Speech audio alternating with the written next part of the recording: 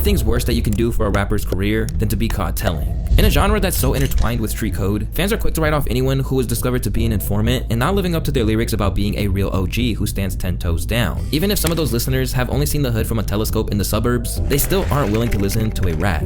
But what happens after these allegations surface? And is there any way back from it? My name is Luesta, and today we're gonna discuss what happens to rappers after they snitch. And if we're talking about rappers who turned into rats, we might as well start with one of the most notorious examples, Tekashi 6ix9ine. After a few years of trying to make it, a young Daniel Hernandez had an idea for how he wanted his new video for his track Gummo to look. Now that he was rhyming with a harder edge to his lyrics, he needed some credentials to back it up. And as he was never a gang member, he found it through hiring the infamous 9 Trey Gangsta Bloods to appear in his video. Once this formula worked, 6ix9ine kept running with the gang and became a member. But rather than having to do dirt in the streets, Tekashi, who was now racking up a gang of Billboard hits, had one job for the gang. He simply had to keep making hits and giving financial support to the gang, as well as equipping them with guns so that he can get credibility and protection in return. Styled as the self-appointed king of New York, Tekashi provoked everyone to try and beef with him. And when he had the protection of the gang, he could do crazy things like the time he showed up to O Block in the middle of the night, since he knew that his brothers in the 9 Trey would have his back.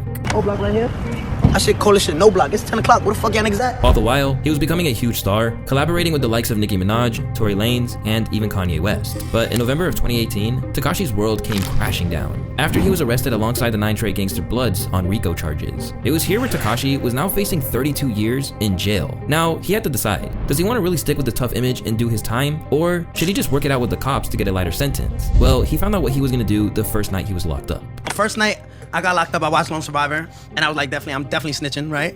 and then, no, seriously. So from the jump, from the jump. After all of that posturing, 6ix9ine was going to be out in a matter of months, but no one could understand how that would work. But when he first reemerged, it seemed like he was about to pick right back up where he left off, as he broke the Instagram live viewing record in his first public appearance. However, when it came time for Tekashi to drop music, his sales literally halved. And rather than acknowledge it, he lashed out on the charts and claimed that he was being blackballed by the industry, while other rappers were doing dirty work behind the scenes, such as buying their #1 singles. Although it was really clear that the fanbase wasn't really buying it. 6ix9ine, numbers don't lie. Also 6ix9ine, the Billboard numbers are wrong. As most of hip-hop rejected him, he's been shot bail from the likes of Akon, who basically said that this was more commonplace than people made it out to be. In jail, 80% of the motherfuckers that's locked up right now are all cooperating with the police. There's more snitches in jail than there are so-called real niggas. Everybody in that motherfucker done cooperated. If they can get time less the amount they was given, they telling, my nigga. Even though he became accustomed to raking in tons of cash from concerts and hit songs, Tekashi ended up filing for bankruptcy in May of 2022. In the paperwork, 6ix9ine said, "Right now, I'm struggling to make ends meet. I do not know if I will ever command the kind of advances I was paid before my arrest, and my career stalled. If the court awards the compensatory and punitive damages sought by the plaintiffs at this inquest, it will surely bankrupt me in a way which I will never recover, to the permanent detriment of the family members who rely upon me." After trying to make a Latin album without even hitting the charts, Tekashi is basically just living on an infamy. From getting jumped in a gym to being arrested in the Dominican Republic on domestic violence charges, the headlines are about everything other than the music these days. But as Steve Will Do It from the Nelk Boys found out, he's still out here scamming people. I actually am mad about that. It's right. So I got him a deal, right? To play video games once a week for an hour. Damn. $2 million up front. It just doesn't do it.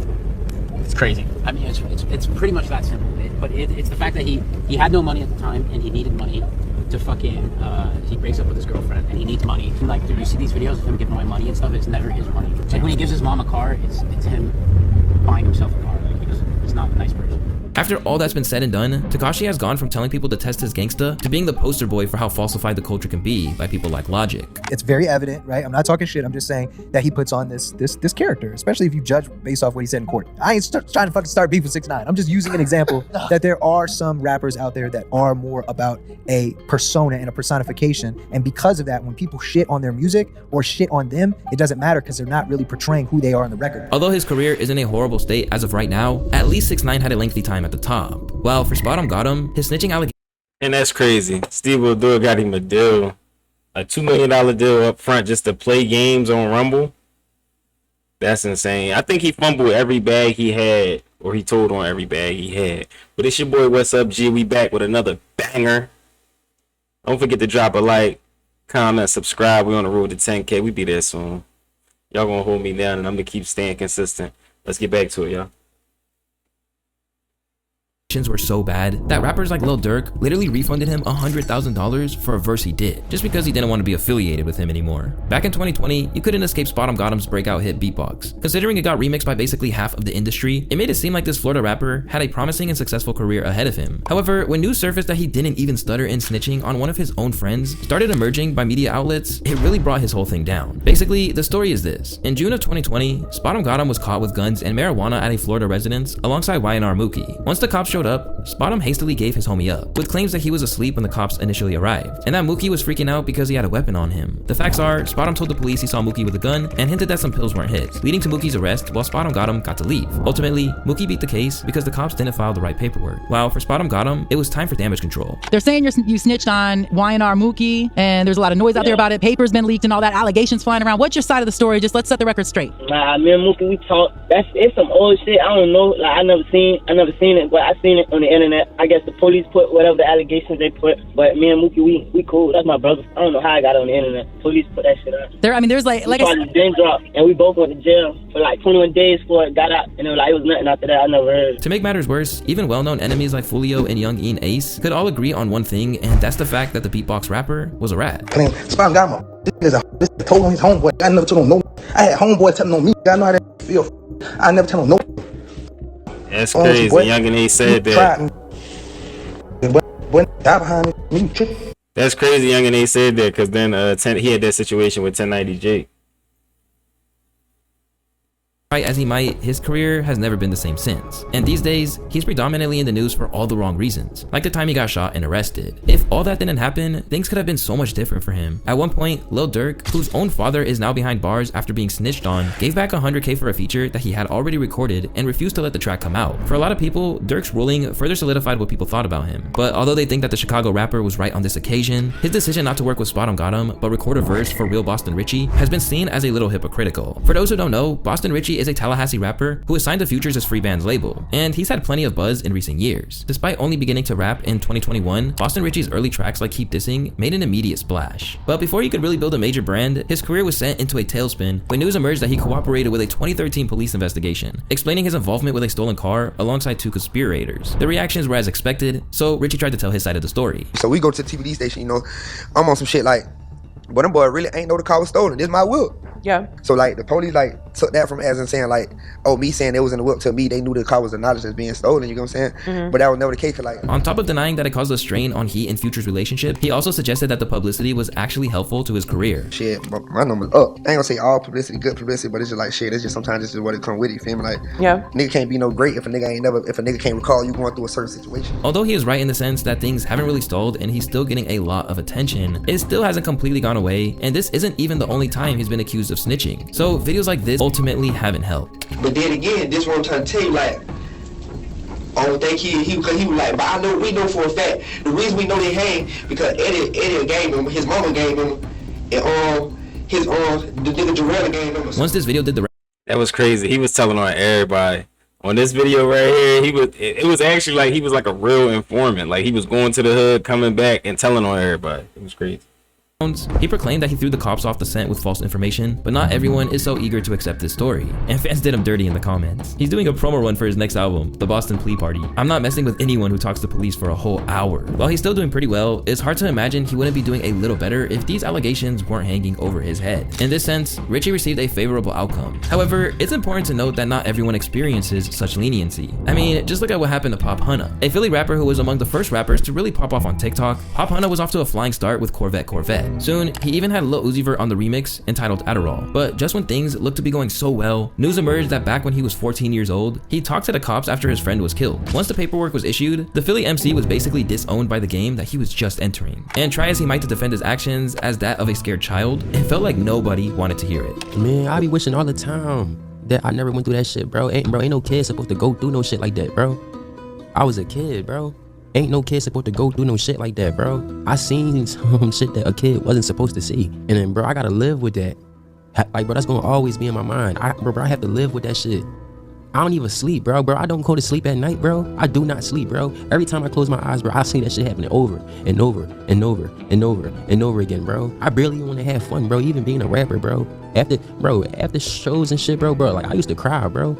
after every show, bro. Although a screenshot went around claiming that Uzi asked to be taken off the remix, Pop says that never happened, but that he still got completely ghosted by him. I started seeing a screenshot. Right. That it was Uzi saying to you like, yo, bro, I don't want to be on your tape no more. Please, could you take me off your tape because like you're telling on people. Bro, let me explain something to you, right? Dude never said the shit, bro. He never ever said that. So he never asked to be taken off your tape? Bro, that's the last messages right there, bro. He never said that, bro. Like, don't you think if he would have said some shit like that, it would have been in there? Since I wasn't saying anything about it. Why didn't you say nothing? Like, that's an easy lie to disprove. That shit was an indictment. I'm gonna be honest. When I saw that, and I said, oh shit, like Uzi's on the hottest song, and if he's asking not to have that song he never said that, bro. Like, bro, he never said a word to me about that. Like, since that shit came out, bro, we ain't say nothing to each other. While Pop Hunna had to lose a friend and then let go of his connection to Uzi, another of hip-hop's most infamous snitches didn't hesitate to turn into an informant on one of his own, and that was Big Mike. A longtime member of O-Block and brother of the infamous STL member Wooski, Big Mike caught a murder case when a young man named Malcolm Stuckey was shot at a party. According to reports, King Von had been at the event when things got tense, at which point he called Big Mike for backup. After the 19-year-old was murdered, Mike and Von were eventually brought in for questioning, and knowing that there were so many witnesses at the party, Mike felt like he had no other option but to cooperate with law enforcement. Once I got presented with what was going on and what it was, I knew the best way for me to get up out this. Well, I didn't know. I thought the best way for me to get up out that shit was just telling my shit. Them niggas signed me first. Basically said one thing led to another shit. Man. You know, did the COs or other inmates give you troubles? You know, knowing. Who, me? Yeah. Tell you, ain't no nigga play with me. Intent on getting off as lightly as possible, Mike even offered to snitch on an additional killing just to help his case. Defendants asked if it would be helpful for him if he gave the detective information about the shooting and another murder. Despite his best efforts, Mike still received a hefty 28-year sentence, which likely came down to the fact that once it took time to take the stand, he refused to snitch on Vaughn. Although he was scheduled for nearly 3 decades of incarceration, Mike only ended up spending 9 years in prison. But somehow, he's still telling on Vaughn in his press run since emerging from jail. Yeah, like we had a motive on why we was doing the shit we was doing. I would say he was no serial killer, but he will kill you. Where no one would deny that what Mike did was snitching, one artist who has benefited from the gray area over what is telling and what isn't is Gunna. Just a couple of years ago, Gunna was unquestionably one of the most beloved figures in hip-hop. Known for working with the biggest names in the A, Gunna's career reached its peak with 2022's DS4 going #1. However, he didn't have much time for a victory lap, as soon he was jammed up in the RICO case against Young Thug and YSL as the Fulton County DA attempted to portray them as a violent street gang. Suddenly locked up, no one thought Gunna would turn on his mentor in Thugga, although he did have previous offenses, such as the time he appeared on CNN's Crime Stoppers as a teenager. But it was clear that he had no intention of spending years behind bars. I kind of told you he was going to tell right there. Insisted he wasn't about that life, saying, "There is no allegation that he committed any acts of violence. There is no allegation that he ever sold any drugs. There is no allegation that he ever committed any act relating to obstruction of justice or interfering with the administration of justice." Left with the He was a good kid. There wasn't going to be no evidence for Gunna, because if you look at Gunna's past with Crime Stoppers, if you listen to how his parents talked about him, how everybody talked about him growing up, he wasn't one of them guys. He was a good kid, and there was nothing wrong with that. of staying in jail without bond or tasting freedom again, he chose to go for an Alford plea. For those who aren't familiar with this term, it's basically a guilty plea in which a defendant maintains their innocence, but they admit that the prosecution's evidence would likely result in a guilty verdict if brought to trial. With that, Gunna was back outside, and immediately, he tried to get ahead of those inevitable snitching allegations, such as the time he said this to WSB-TV in a statement after the news broke. While I have agreed to always be truthful, I want to make it perfectly clear that I have not made any statements, have not been interviewed, have not cooperated, have not agreed to testify or be a witness for or against any party in the case, and have absolutely no intention of being involved in the trial process in any way. My focus of YSL was entertainment. Rap artists who wrote and performed music that exaggerated and glorified urban life in the black community. Try as he might, not everyone was buying it, and before long, longtime collaborators like Lil Baby and Lil Durk had unfollowed him. Meanwhile, leadership of the label like YSL Mondo couldn't believe what he had done. Boy, you didn't supposed to do that, my brother. Even though I didn't be talking about everybody who got common sense, everybody who's been in the streets, no, you did not, but you don't do no. Based upon how angered people were by the idea that he betrayed Thugger, it really looked like there might be no way back for him. In fact, many OGs thought it was a wrap. The film in court came out and, of course his lawyer wrote that. He didn't write that. His lawyer probably wrote that. But now in these days, when you got the camera, it just looks like, they're gonna say, you pushing please. We ain't fucking with Gunna. Because, in this business, if you turn into a rat, it's kind of like career's over. Me, I would have rather sat a little longer, because I was only in there for a year. I would have sat a little longer than coming out to what the internet do to you. Yeah, because that's just my opinion. But as bad as things looked for Gunna, he would eventually return to what he does best, and went on to drop his album A Gift and a Curse. Suddenly forced to stand on his own 2 feet without any guest verses, the record landed at number 3 and delivers some major hits like Fuck You Mean and Back to the Moon. Named Complex's number 1 album of the entire year, Gunna is now heading out on his Bittersweet tour. As a result, he's become one of the only rappers ever to be accused of snitching and turn it into a victory lap. Through what happened to the YSL artist, we maybe see a change in the air for hip-hop, where consumers aren't caring quite as much about these allegations as they once were. But even then, Gunna's fate is an incredibly rare case rather than a norm, and as long as the streets play a role in hip-hop, that'll probably always be how it goes. Look, shout out All right, so now who's shout out Louista. Shout out Louista. I thought that was fire. But look, I got a question for y'all. How do y'all feel about snitches in hip hop? Like, where are we at with snitches in hip hop? Like, is it? There's not many things worse that you can do for a rapper's career. Real quick. Is it something that like y'all accepting at this point? Cause I grew up in like once you snitch, it's a rap for you. But we look at Gunna's situation, we look at Boston Richey's situation, we look at Finesse 2-Time situation. Finesse 2-Time, he actually running around with somebody's name. He snitched on the guy who his name is from and put him in jail and then ran around with his name. He running around with his name right now. Yeah, so where we at with snitches right now, y'all? Y'all don't care, y'all just want the music. Let me know, drop a comment, I'm gonna respond back to y'all. I just want to see how the people see these things. It's your boy, What's Up, Jay?